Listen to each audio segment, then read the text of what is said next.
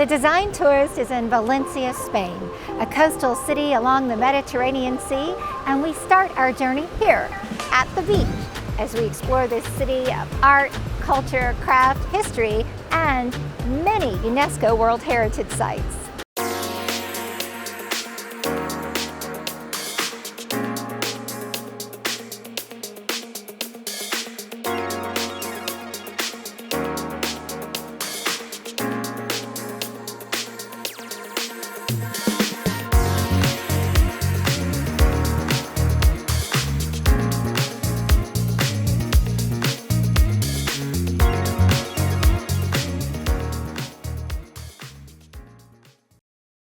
I traveled to Valencia to explore how the Silk Road and the craft of ceramics shaped the city's culture and identity.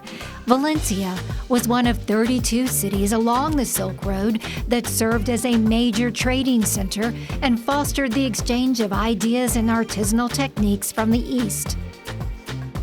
To understand how ceramics has helped power Valencia's economy for centuries, I start at the National Ceramics Museum, located in the Palacio Marqueses de Dos Aguas, named after a noble family who once lived there. The Rococo-style palace was built in 1740 and draws stunning curb appeal from its ornate entry framed by marble sculptures and a statue of the Virgin of the Rosary standing above the alabaster door. Inside, lavish furnishings, textiles, and fixtures recreate the lifestyle of its original inhabitants. The first floor houses furnishings and decor from the home's golden age, when its residents, the Marqueses, Valencian elite, lived and entertained there.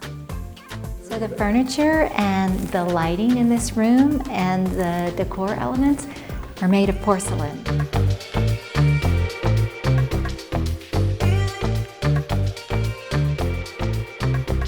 The second floor houses the Ceramics Museum. The museum traces the origins of ceramic from its ancient roots, from the very first civilizations that made ceramics for practical reasons, cooking and storing. Valencian pottery originated with the first settlements more than 7,000 years ago. Today, Valencia is home to more than 400 ceramic artisans. Decorative ceramic objects evolved with successive generations and the various cultures in Valencia. Christian motifs and Arabic designs adorn many items, revealing a distinct aesthetic. Chinese porcelain made its way to Valencia, influencing art, design, and craft, and ultimately the production of fine porcelain dishes. The Chinese were the first civilization to master the art of porcelain production, combining clay with a secret ingredient. So I finished my walk through the Ceramics Museum with the big reveal. This is the recreation of a typical Valencian kitchen. And I want you to notice all of the decorative ceramic here.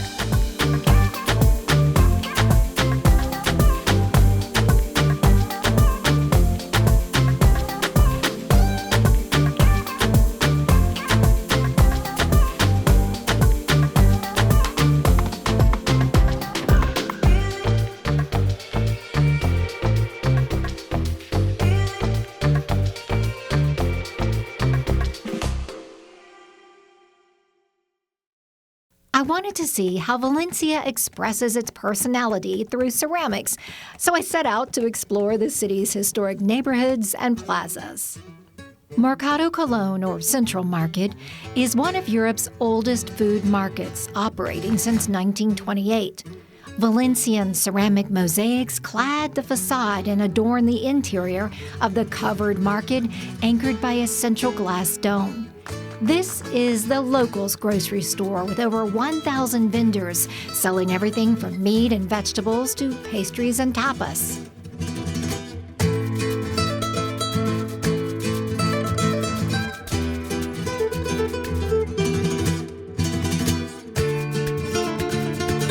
One of the most elaborate showcases of ceramic art resides at the train station. The administrative office is clad floor to ceiling in colorful ceramic tiles. The ticket counters and public entrance also showcase highly detailed ceramic decorations.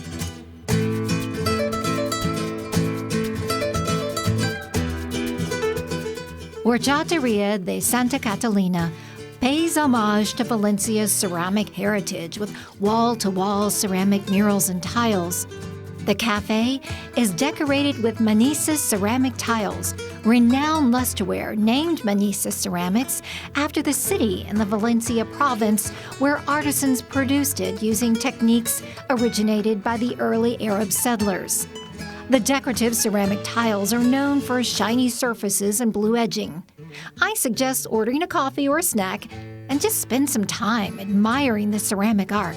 But take mental pictures because no photos are allowed. In search of ceramic-clad curb appeal, I head to the Cabanyal District, just a short walk from the Mediterranean shoreline and Malvarosa Beach. El Cabanyal in English means the small cabin quarters, residences that once housed local fishermen. A stroll along the maze-like streets reveals a mix of crumbling ceramic-clad facades and renovated, polished, modern mosaic homes. The area is undergoing gentrification, so what was once worker housing is now becoming prized and pricey real estate. The former fishing huts flourish in bright ceramic mosaics, murals, and decoupaged pieces, breathing new cultural and economic life into this once humble neighborhood.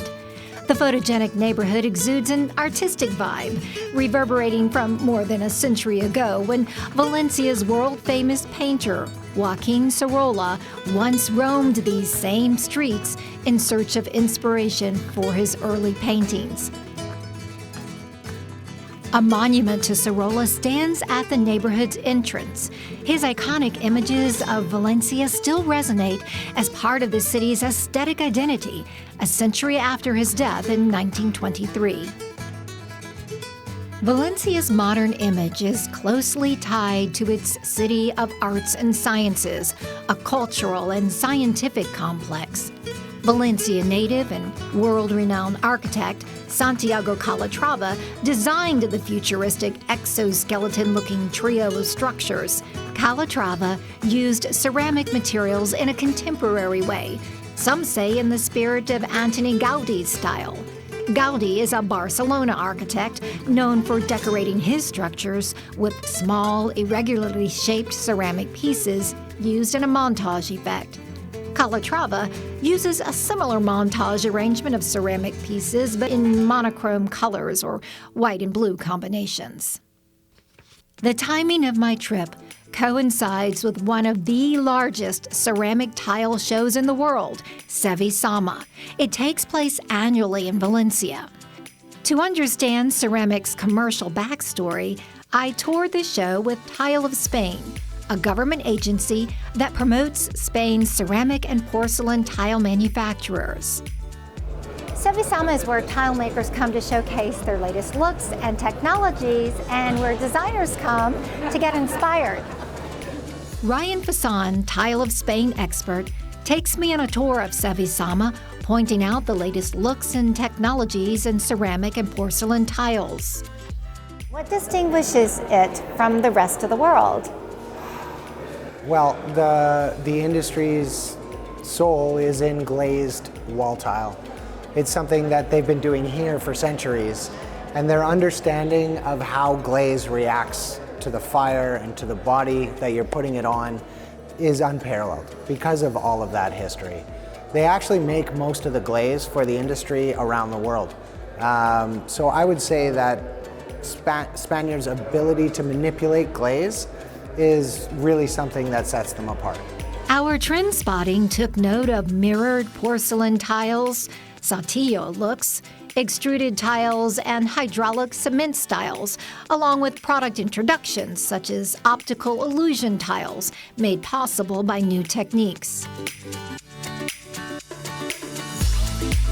It's the technology that's letting us play with our eye in that way, where we can use digital technology to drop the pigments exactly and only where we want them, so that we can glaze one side of a product in one way and another side in another way. And it does, then it completely changes as you walk around a space. As we walk this way, the tile appears blue, but as we move past it, we get that beautiful terracotta color. That is, I call this the optical illusion tile in layman's terms, because that's quite literally what it does. It does, and again, that's because of the advanced technology that we're able to do with digital decoration, where we can finally pinpoint exactly where we put colors, finishes, and reflectivity to really play with what our eye sees.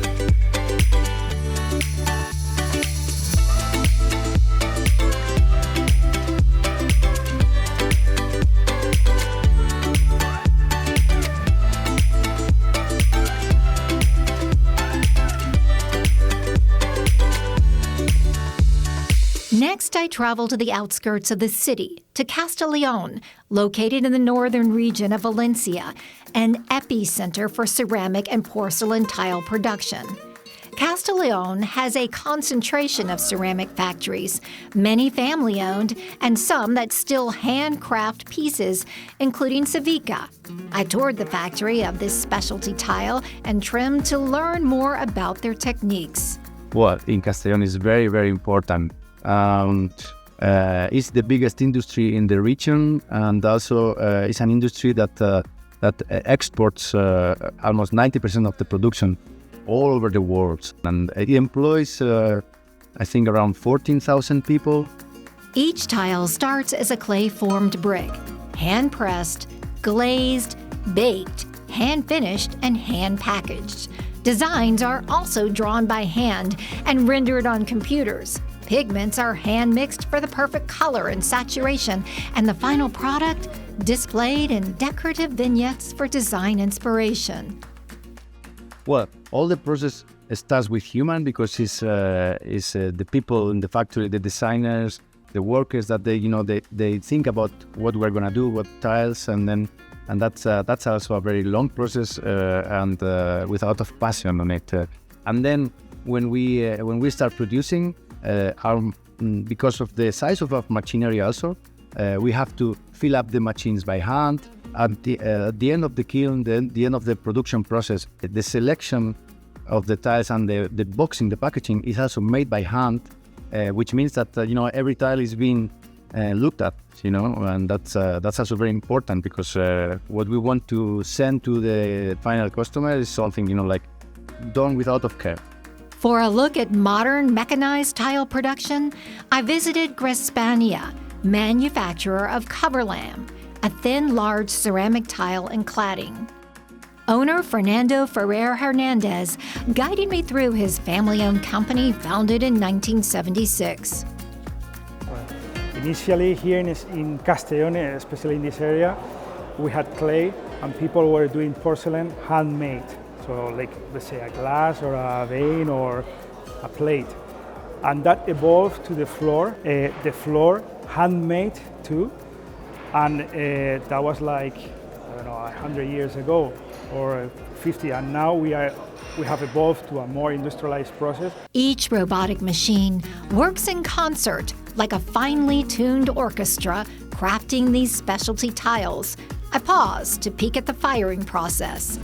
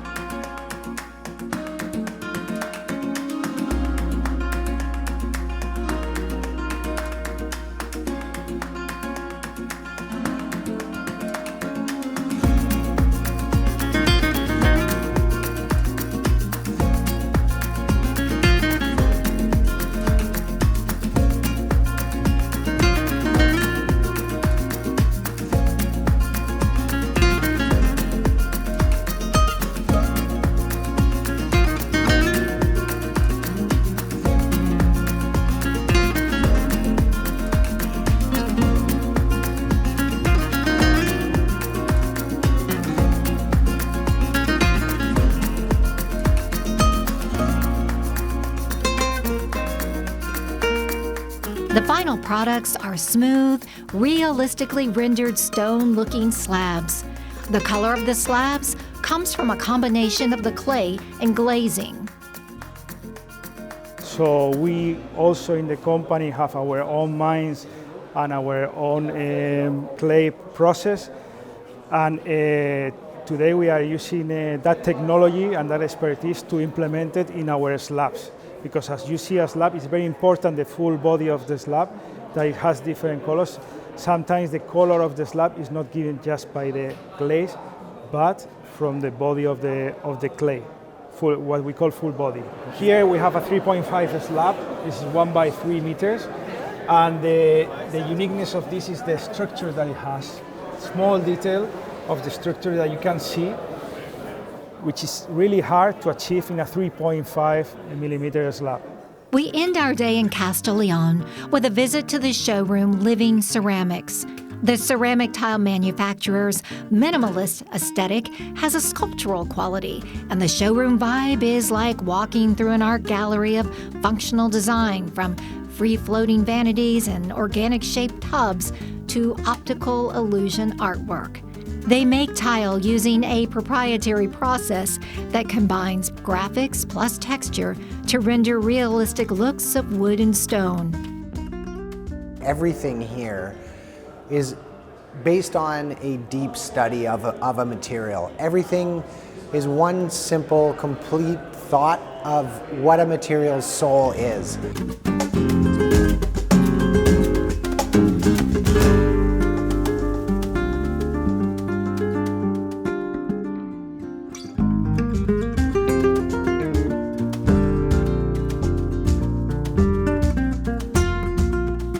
On the last night of my visit, I stroll around the City of Arts and Sciences, admiring the glowing sculptural structures commanding the night sky.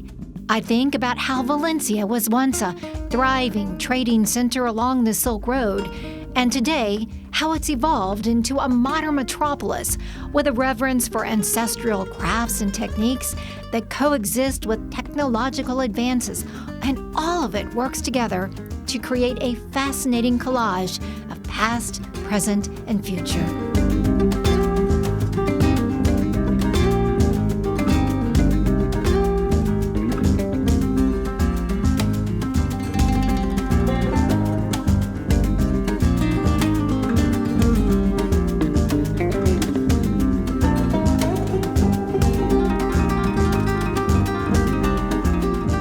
And so I say goodbye to Valencia.